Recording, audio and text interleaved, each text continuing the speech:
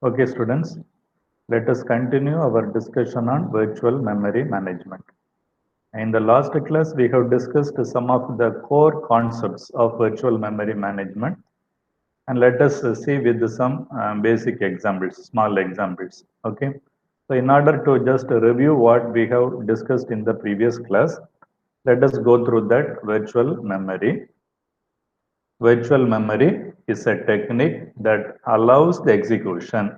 So we can start our execution or we can do our execution of a process that are not completely in main memory. If you look after contiguous memory allocation, paging memory allocation, and segmented memory allocation, in all those three techniques, you need to store the entire process in main memory to start execution.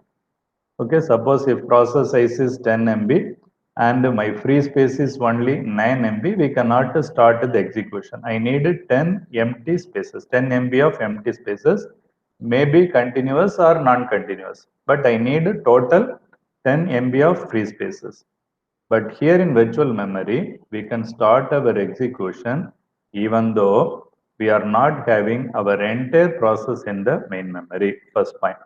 Second point, by doing this, what are the advantage we are having? A program that is larger than the physical memory also can start execution. Okay, so total physical memory size is, for example, 100 MB. Your program size is 200 MB. That is, your process size is 200 MB. Even though we can start our execution, because first point, what first point says, not necessarily to have a complete process in the memory. So what does it mean? Out of 200 MB, I can have 10 MB or 20 MB or 30 MB in the main memory and I can start execution. That is one major advantage. Second advantage, the ability to execute a program that is only partially in memory allows more number of programs can be stored in memory. So my process, as I told in the previous example, maybe 200 MB of total size. Out of the 200 MB, I can store only or I can have only 20 MB in the main memory and start execution. Main memory size is 100 MB. So like this, I can store some more program also. Another process P2 of size 10 MB, another process P3 of size 40 MB. Like that, you can have more number of programs. So what does it mean? All those programs, only partial process will be available in the main memory. Okay, not necessarily to store the entire process. So process P1, some amount will be in main memory. Process P2, some partitions will be in main memory. Partition P3, sorry, process P3, process P4. For all these process, some partitions will be available in main memory. So in parallel, we can have large number of programs in the main memory. That is one major advantage.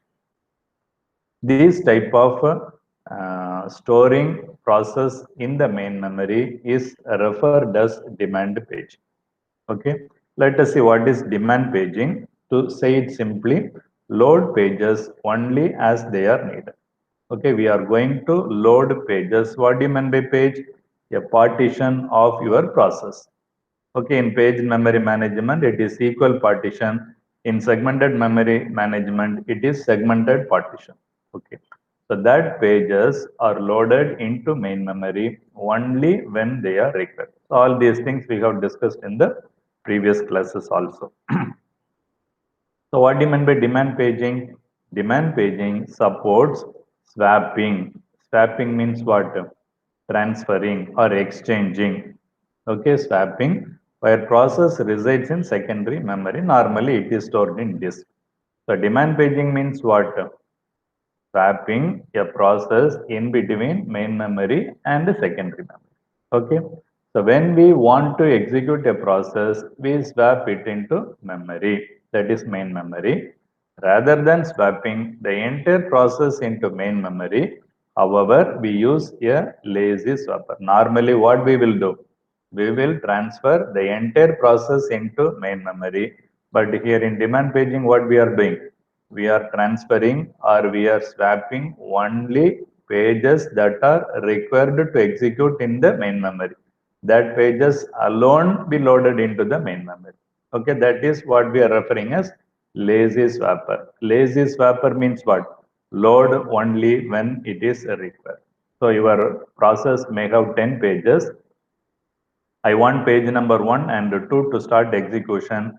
So at that time, I will load page number 1 and 2. So I am doing my execution. In between, at some point, I need page number 8 to be loaded. So when at the time of executing the particular line only, I need page number 8. At that time only, that particular page number 8 will be loaded into the main memory. That is what we are referring as lazy swapper. Okay. A lazy swapper never swaps a page into memory unless that page will be needed. A swapper normally manipulates the entire process, whereas pager is concerned with only individual pages. Okay, pager concentrates only on individual pages, that is partitions of your process. But swapper always talks about or always concentrates on entire process. So in this demand paging, we are using pager rather than swapper in connection with the demand paging because I want to load only particular pages whenever it is required. So instead of swapper, we are going to use pager because pager swaps required pages only or particular pages only. Okay. Let us have one example. Consider this is logical memory. Logical memory means what? User program that is divided into 8 partitions of equal size. Okay. So this is partition number. This is process identification or process partition identification. Okay. Or other words, block name. This is block number. Okay. This is everybody knows page table. What is the function of a page table? Maps logical memory with the physical memory. So here we are having block number or frame number. Here we are having page number. Here we are having whether it is valid bit or invalid bit. Okay. According to this program, in our page table, I am having 3 block numbers or frame numbers, that is 4, then 6, and then 9 only in page table. That means what? Only these 3 blocks or frames are available in main memory. So indirectly, what does it mean? To start executing this process, these 3 blocks are enough to be available in main memory. So only those 3 blocks are stored in the main memory. The remaining all bits are referred as invalid bit. Invalid bit means what? These blocks are not available in main memory.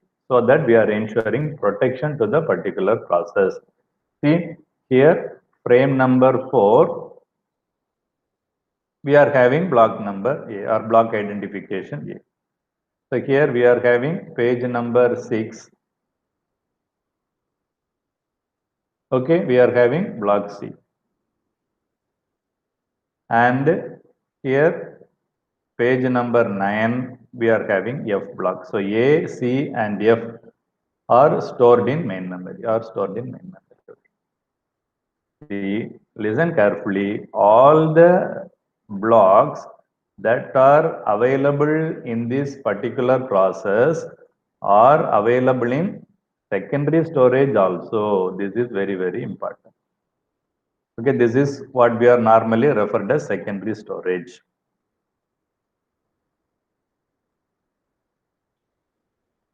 This is referred as secondary storage, normally disk. Okay, storage disk. Again, these disks are also partitions into various blocks. Okay, that we will discuss later. Each block will have one partition from the user program. So you see here, all blocks are available in secondary storage also. A, B, C, D, E, F, G, H. Whatever you are having in your user program is available in hard disks also. From hard disk, I am swapping or exchanging block with identification A, block with identification C, and block with identification F are only loaded in main memory because those 3 blocks are enough to start our execution or to continue my execution. Okay. Now let us assume during that execution, I want block with identification E. Now what will happen? That block number E will be loaded into the main memory at some place, and here I will store block number 4. I will store frame number or page number 11, and this will become valid. Okay, this bit will become valid. Now 4 blocks are available in the main memory. Okay, now assume after some time block A has completed its work. Okay, block A has completed its work means immediately that will be removed from main memory, marking it as a free block. Once it is removed from main memory, this will become invalid. This will become invalid. But copy is available in the secondary storage. This will not be removed. Okay, secondary storage copy will be always there. That can be removed only if that particular file is not at all required. Okay, then we can remove it from the secondary storage also. That is permanently removing from the secondary storage. Okay, I hope you understand. Let us see the particular example or series of process or steps in the swapping of page. Okay, that we will see that we will discuss in this part. Okay. So to understand that swapping or process of swapping, we need to know one important key term called the page fault. Okay, see, I'm dividing the term into two parts. One is page, another one is fault. Page, everybody knows a particular partition of user program or particular partition of physical memory. Okay, logical memory or physical memory. Okay, to say it simply, it is a partition. Okay, that is referred as page.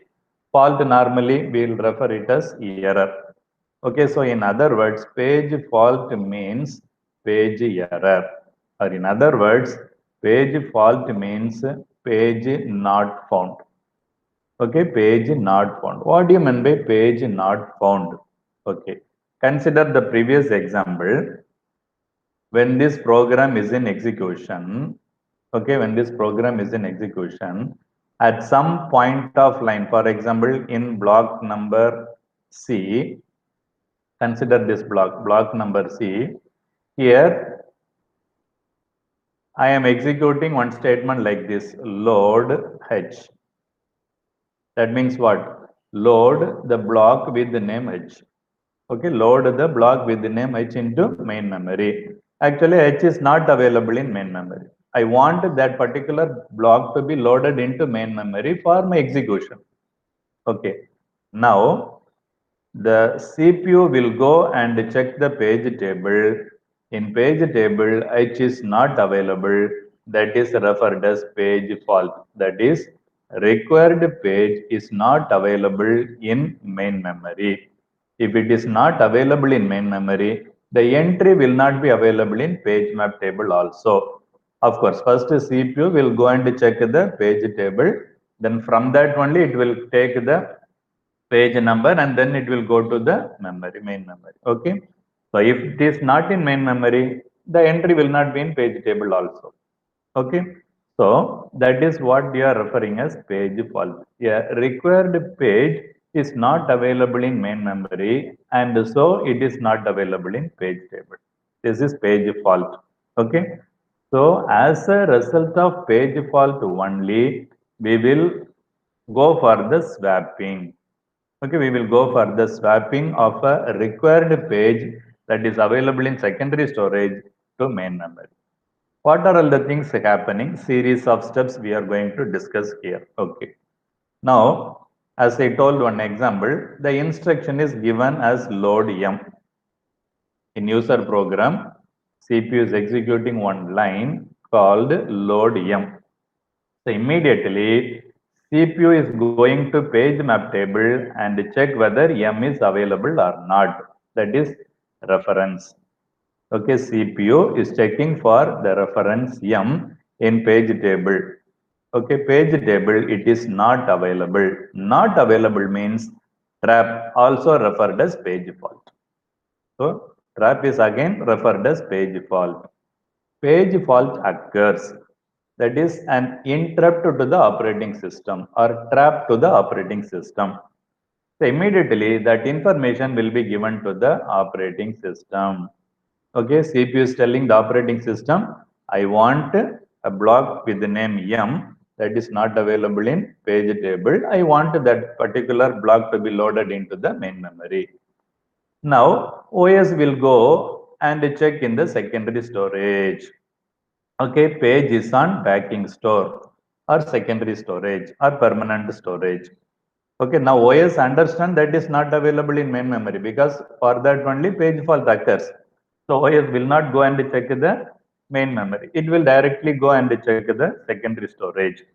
Okay, so that is step 3. Page is on the backing store. So it will check the entire memory and find the location of a particular block with the name M, and that will be loaded into the main memory, bringing in missing page or required page. This is a swap in. Okay, we are swapping a particular block from secondary storage to main memory.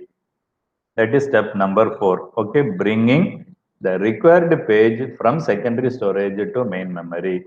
Once it is entered into the main memory, accordingly, page tab will be updated.